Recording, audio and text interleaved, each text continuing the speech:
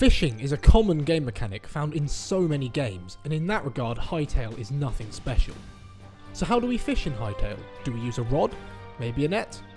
Nope, we use a cage shaped like a fish. Yeah, don't ask me, I have no idea how that works. I'm as clueless as you are on this one. Either way, let's get started and figure out how we can fish with this automatically. So let's start with the basics. The fishing trap is crafted from a tier 2 farmer's workbench and requires 10 wood, 50 life essence, 20 plant fibre and 1 iron ingot. Then we can place it on the surface of water in a 3x1 space of water. The water only needs to be 1 block deep now, but before update 4 it had to be way deeper, which is why you may have struggled to place them sometimes before. Now after waiting some time, the trap will splash and we can now interact with it just like a chest or a door. Doing so will put the core item directly into our inventory, which is good as we then don't need to create a collection system for this farm. So immediately we can make an awful automatic farm just by looking at one trap and having the F or your interact key press down, and then as soon as the trap catches something we will collect it. It's not a great farm and we can certainly do better than this. To get more traps into the farm we need to be able to move the player automatically so that we can target the next trap. There's 2 ways we can move automatically in Hytale. We can create an infinite loop teleporter and hold down a movement key in the direction we want to go, which seems a bit wasteful on teleporters to me, and it also means we can only make our farm in the shape of, well, a really long straight line. And the other option is minecarts. Anyone who's watched my AFK iron farm video will not be surprised by this. So I guess we do need to test first, can we interact with a fish trap from inside a minecart? Yes we can, this is a good start. So this means we can make our farm in any shape we want using minecarts. So before we try and make a better farm, let's go and get a baseline for what is possible to get from fishing traps and how often they harvest something on average. So here we are on my own survival world where I have a manual farm. I've been using it for a while and logging everything I've got. So in these 2 chests is everything I've gotten. This one on the right is all the common stuff, so the fish and the salt. And this one on the left is everything else. So let's have a look at the drop rates for each item then. As a full breakdown, let's have a look at this chart. So by far, the item we get the most of is salt. Absolutely overpowering everything else on this chart. But for some items we do get more than 1 item per catch, salt for example giving 2.4 on average. So let's go and change this chart to be one of drop chance. Let's also tidy it up by grouping similar items. So salt is still very common, making up 27% of all the drops, which is tied with fish, with each of the 3 types dropping 9% of the time for a total of 27 as well. Again, just like in my previous video, the spreadsheet will be downloadable from the link in the description. So this chart shows us what I got off just over 2,200 fish trap harvests.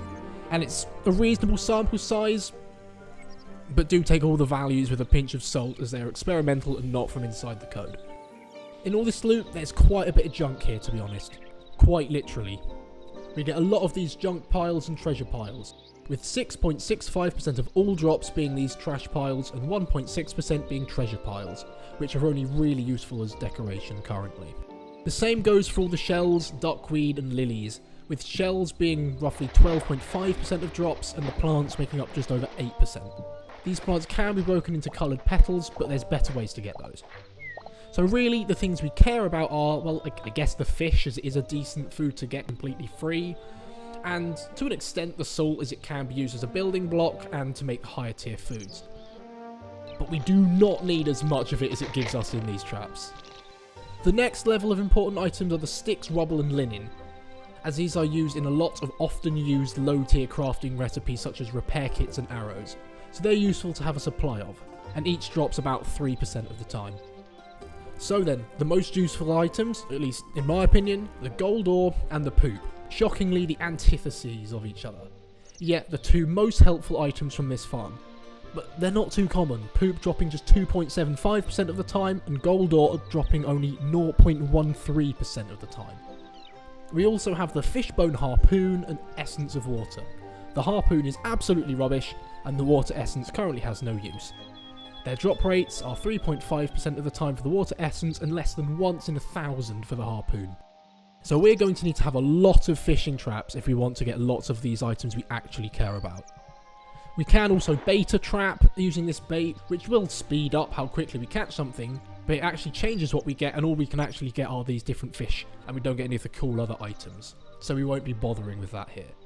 But how often can we get a drop from a fishing trap?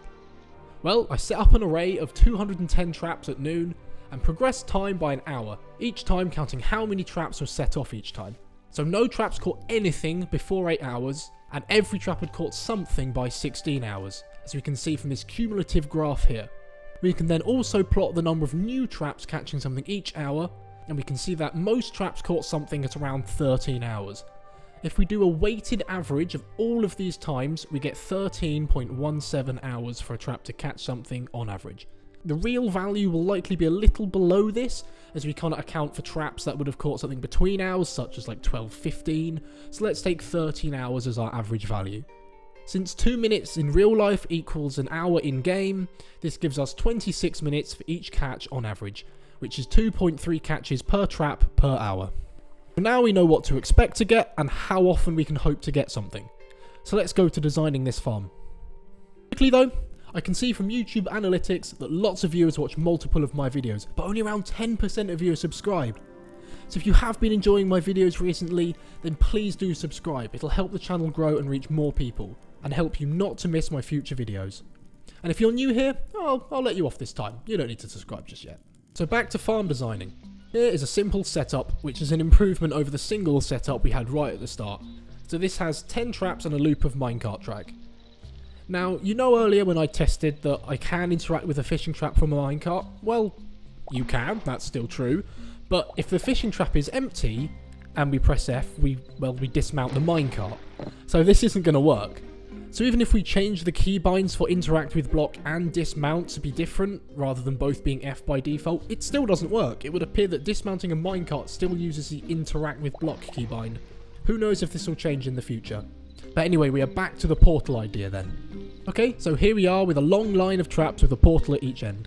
You can see why I wasn't initially too fond of this idea. It's just such an awkward shape as it has to be in a long line, which gets quite ridiculous if you want to expand it. Imagine this going on for hundreds of blocks.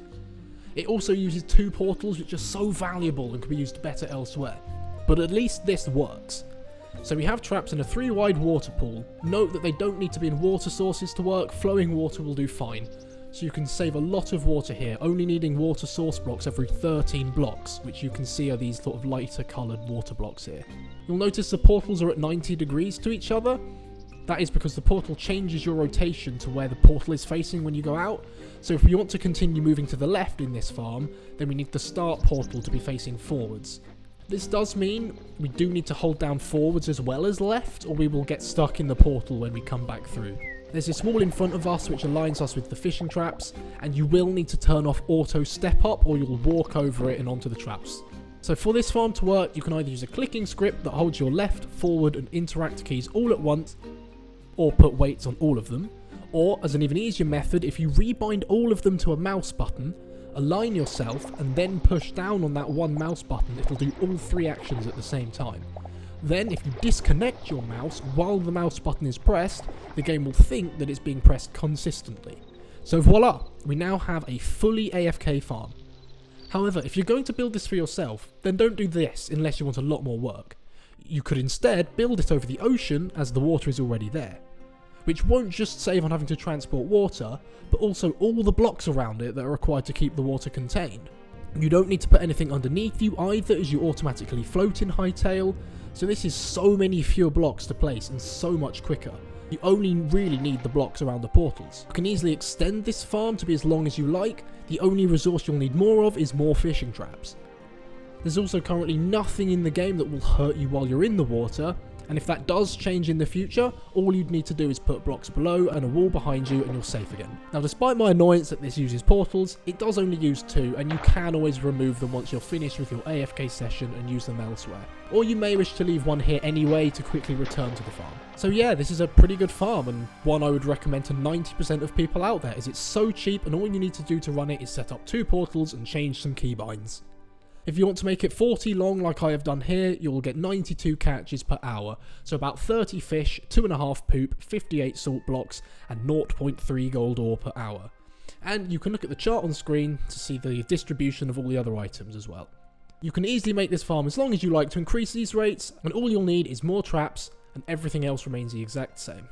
But for those of you who, like me, want a farm that requires no portals whatsoever, or one that can fit in any shape that isn't a line, then stick around because that is exactly what we're going to design now. Okay, so again, I've built the farm over the ocean as it's just so much quicker. So this farm has 120 traps in it in 6 rows of 20. But you may be wondering how we're supposed to AFK this then, as we need to change direction.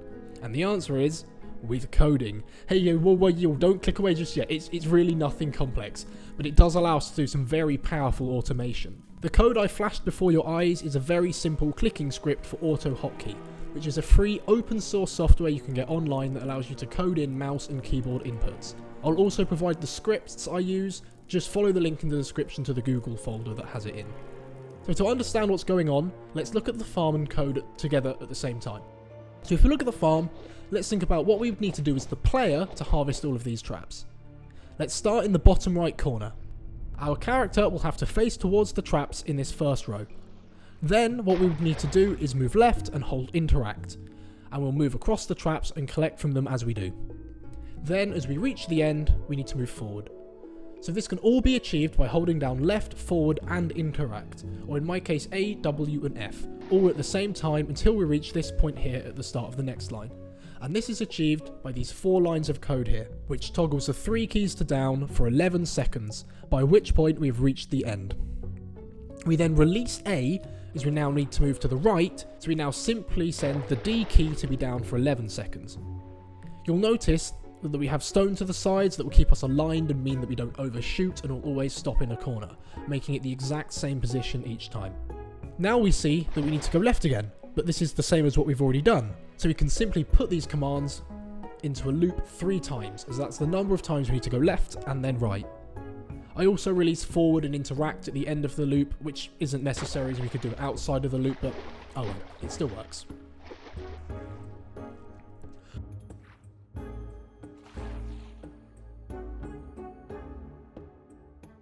All that's left now is returning us to the start, which is achieved by holding backwards and right so that we return into the corner.